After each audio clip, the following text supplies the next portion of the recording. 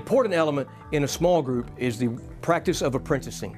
You've got to be training somebody to do what you do. You never know when God's going to move you to another country or another city, another place at the church, another service opportunity, or just to multiply the kingdom.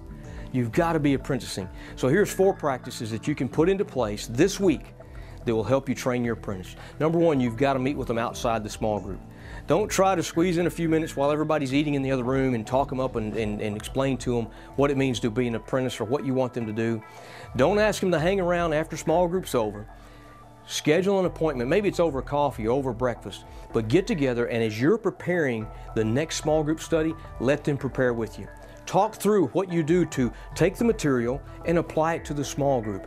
That way they're learning what you go through every week.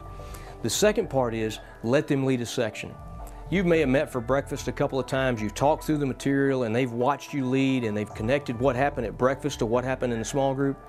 Now you're ready to say, okay, next you lead this section. Give them a shot of a chance to lead a little bit and encourage them.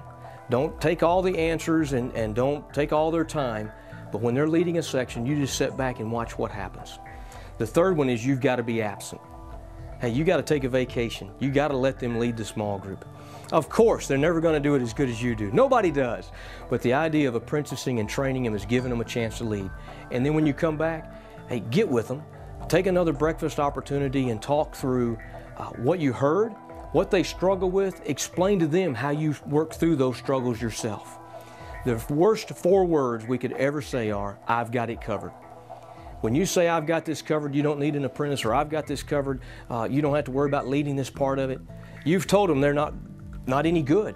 They're not needed, and they'll never be as good as you. Please use your time to intentionally coach.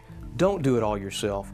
Help them understand what it means to lead a small group, walk with them and encourage them, and you're going to multiply your group through apprenticing.